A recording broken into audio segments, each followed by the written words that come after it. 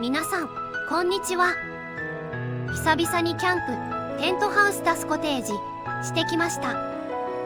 2024年2泊目は定山渓の自然の村です。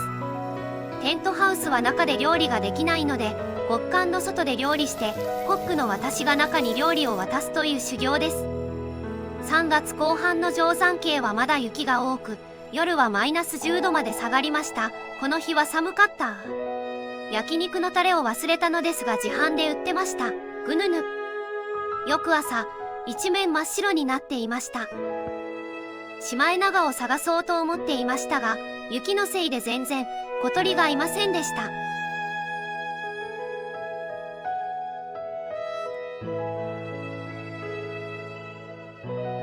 帰りながら定山渓の洞窟で仏像を見たり、ここのクレープ生クリームの量すごいですが美味しかったです。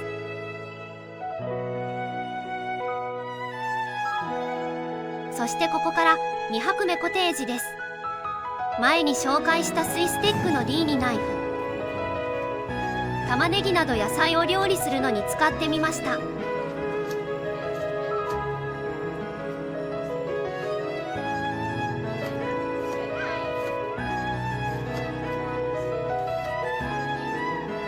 料理するには長さが少し足りないのと厚すぎるのですが、使えなくはないという感じ。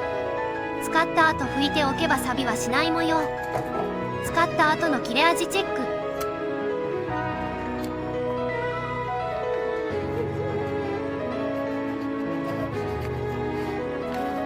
スパーちと硬いビニール袋だったのですが、野菜切ったぐらいでは切れ味は全く落ちませんね。石窯焼きに備えてじゃがいもをくるんでます。ピザも生地から作って伸ばします。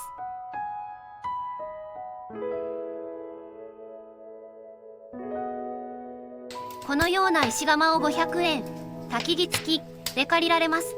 フライパンも借りられますよ。スペアリブも一緒に焼きました。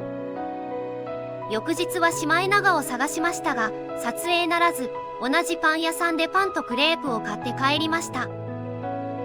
しかし iPhone の夜景撮影機能すげー。音声はボイスボックス四国メタンでした。次回ブッシュクラフト解説か渓流ベイトフィネスへ続く。